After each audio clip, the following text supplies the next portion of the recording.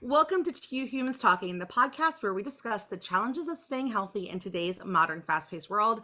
I'm Tiffany Simms, your burnout recovery expert and holistic wellness coach. And today I am here with Dr. Simi, who has, in her lifetime, navigated her own challenges of staying healthy with MS while working in the healthcare field and juggling a child who needs additional help for thriving. And so I am so excited to have you here to share your story.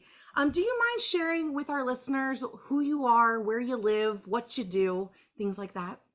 Thank you so much for having me, Tiffany. My name is Dr. Samarda Brennan Prescott. I am a primary care physician in St. Petersburg, Florida, and I am a chronic thriver with multiple sclerosis, and I have a son with congenital heart disease.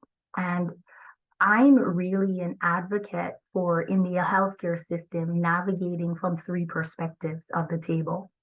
So my goal is always to share my story because it may help someone else. I love that so much. And before we dive into that story specifically, I always like to ask my guests, what does healthy mean to you at this stage of life? I always think healthy is you living at your decided maximum potential. I love that. I love Yeah. that.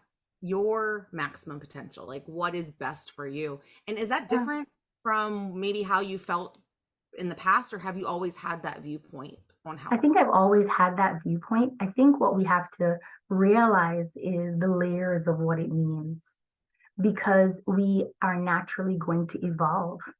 That's humans. And we have to understand that with that evolution, we have to change our mindset and set new goals. And that's okay. Oh, I love that.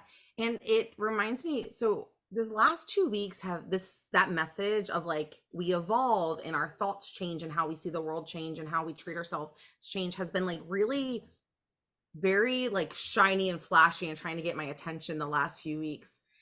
In that so many people, and maybe it's just my age group right now, it's like they want to blame their past for what they're experiencing right now because they have learned something new, and then all of a sudden it's like mom and dad's fault for doing things the way that they did it, and it's like they're the reason they should have done this, that, and the other, and there's like all this blame or pace that's getting placed on the like way we were brought up. And I've really been pondering about how that really just comes down to you have new information now. It doesn't make what you experienced before right or wrong. It just is what it is. And you get to evolve as the information that's in front of you evolves.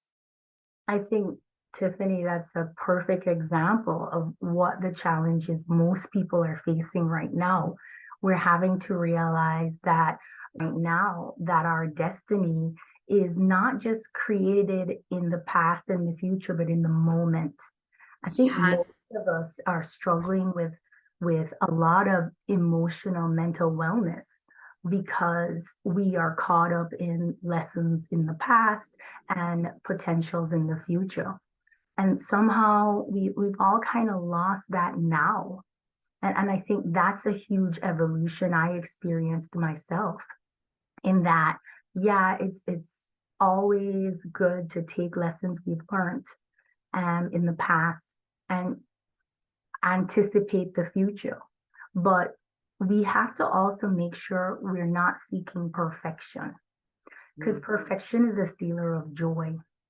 I was just talking to my son last night as bath time routine, and we were talking about the difference between happiness and joy. And I said to him, I'm the busiest I've ever been, but I have joy.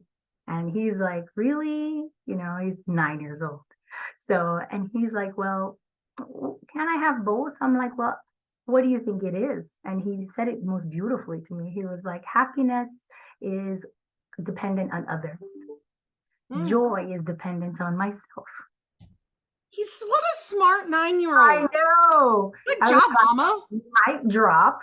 You're like, I'm doing something right in the world. Mom win. You know it. Well, that's the reality. If I wasn't intentional in that moment, I may have missed that.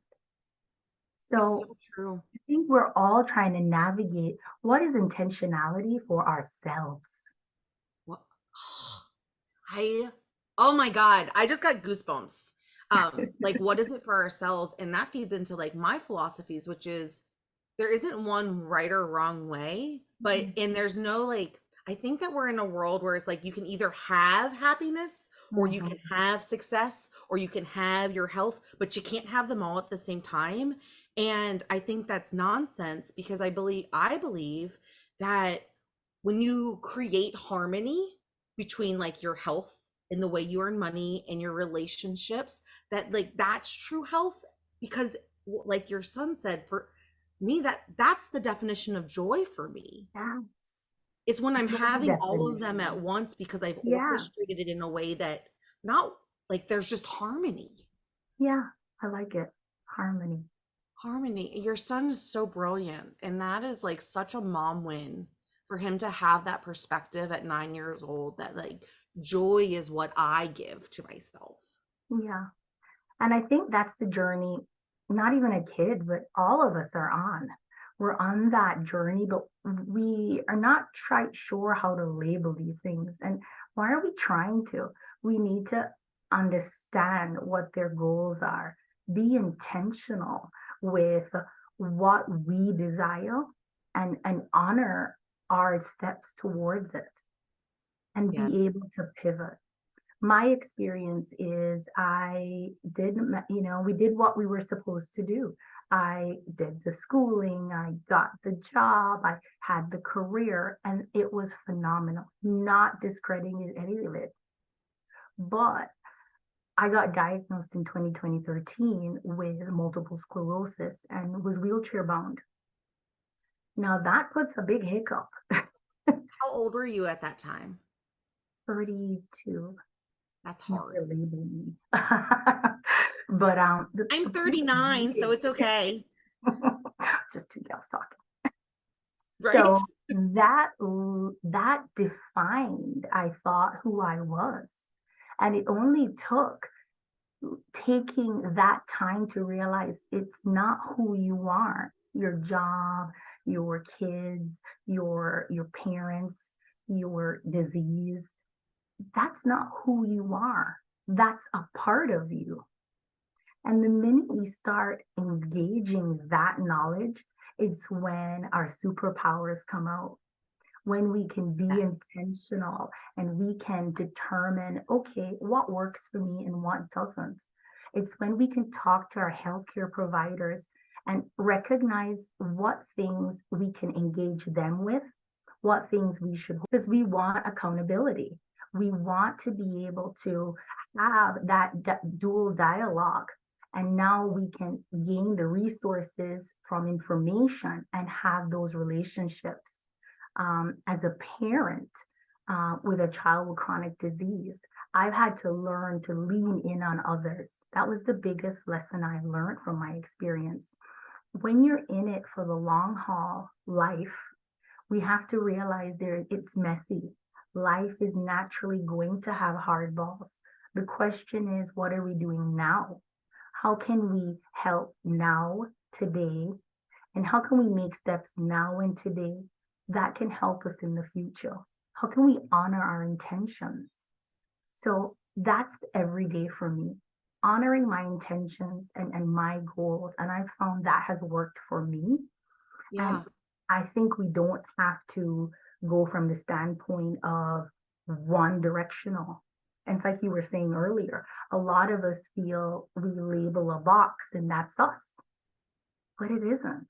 Now, when you got diagnosed with MS, did you feel like people were putting labels and limitations on you, I or think did I it was putting disrupt your? labels and put intentions for me. My experience in healthcare actually was more of a hindrance because I couldn't recognize grief.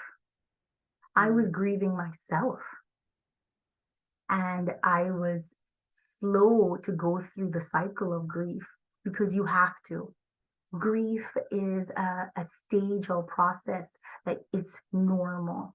We must grieve to get to acceptance. And acceptance is where we can find joy. And that took me 9 years.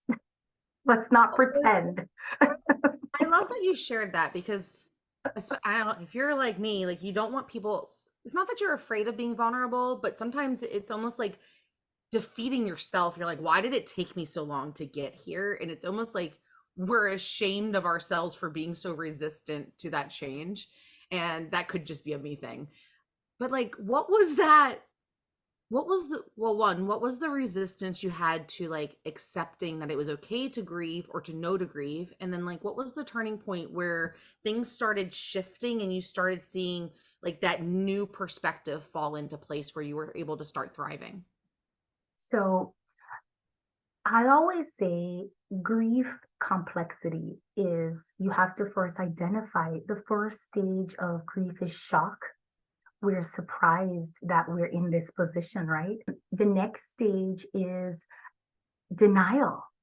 So that's not attached to me. I'm not overworked. I'm not supposed to feel. I'm a gladiator. So that can't be my problem. That has to be somebody else's. Denial. Mm-hmm. A lot of us go through aggravation, anger, and then we kind of transition to bargaining. No, no, no. That was somebody else's fault.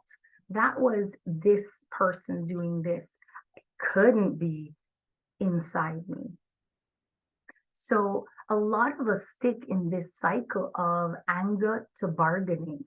And what Mm-hmm. I found was I was stuck. And you just kind of cycle through all these stages and it's not working. No matter how much you're in denial, no matter how much your insides don't feel like your outsides are showing. So I had to hit rock bottom. I hope other people don't have to. We can have the house, the car, the home, the clothes on our back, the food in our mouth.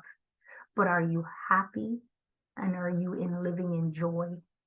And a lot of us can't answer that when we're in grief and stuck in the cycle. Yeah. You mentioned you hope that other people don't have to hit rock bottom. And as I was listening to you talk, what is wrong with hitting rock bottom sometimes? Because I know I've had that same sentiment where it's like, I hope someone doesn't have to feel the depths of what I've had to feel in order to overcome it. But what if that really is part of the process and how fast we get there and overcome it is the key to getting to the other side? So that's a valid question because we all have our own path. And that's the thing. But I always remember one example as I'm doing this, I call it outing myself. Because for 9 years I slept in silence. I could tell you on one hand how many people actually knew I had MS. Nobody I worked with, nobody in my circle, because that was mine to bear. Mm, I wouldn't want that for someone else if I could play a role in them not having to go through it. And I think that's my perspective. I met someone 5 months ago, 4 months diagnosed with multiple sclerosis, and she had a great experience.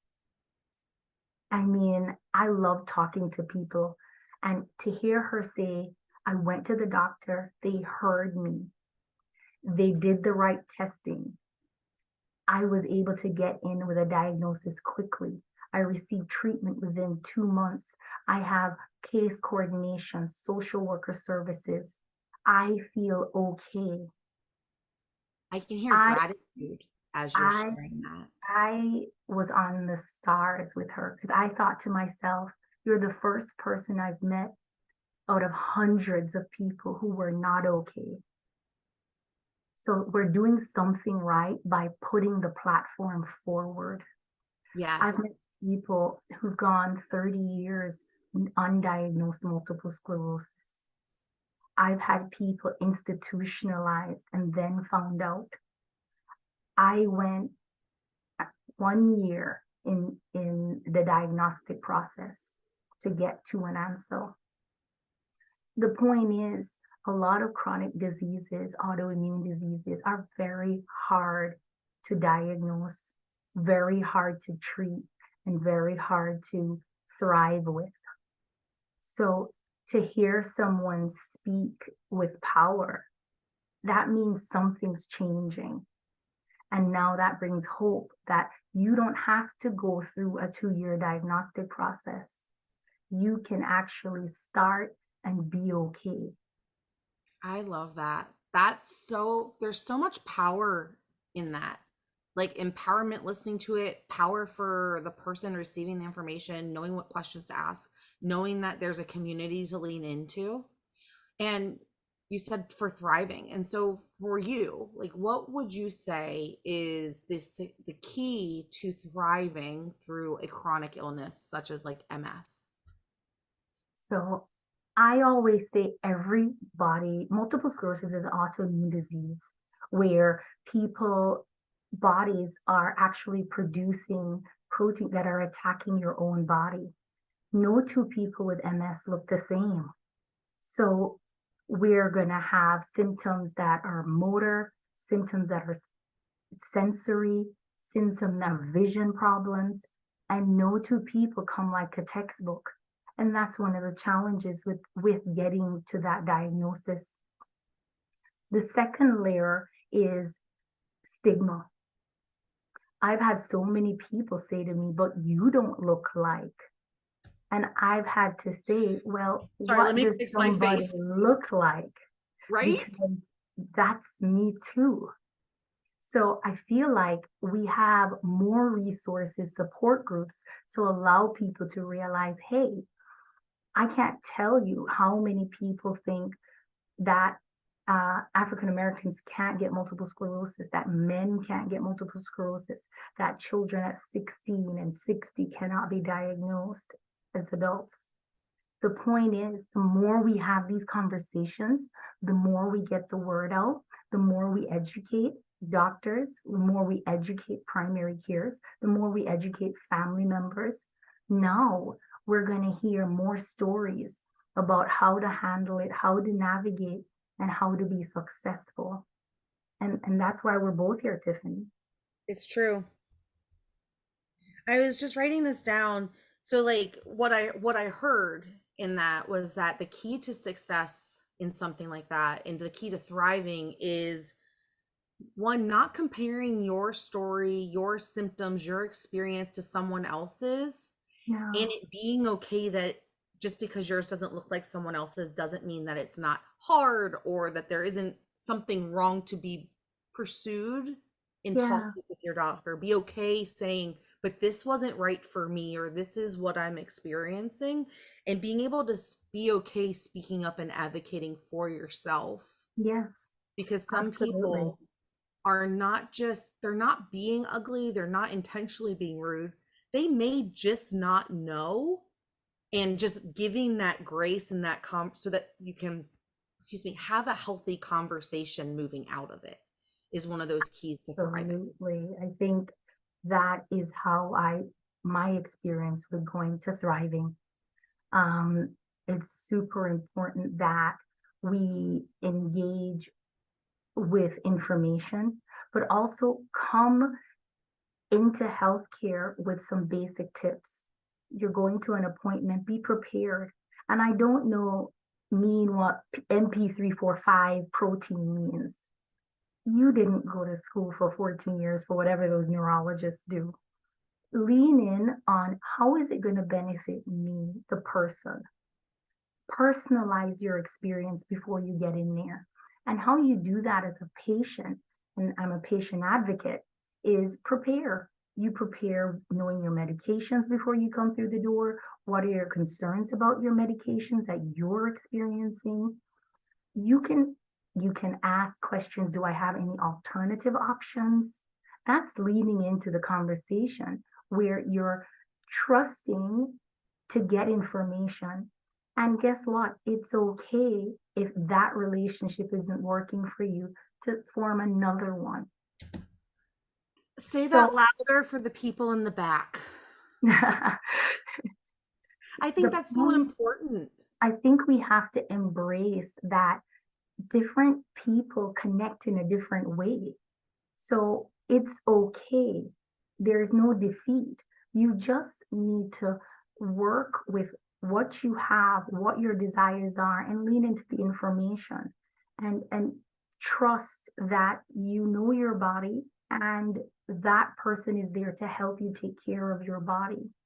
Oh, so good. So, so good. And I know that you have a very busy schedule and there's so many micro stories inside of this. I feel like we barely scratched the surface and I would love to have you back on to dive into some of those micro stories. But in the meantime, how do people connect with you?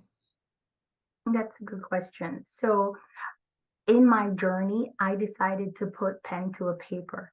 So, I've actually recently written a book, and it's called The Parts We Don't Talk About. How Oh, cliche. such a good I know, title. right?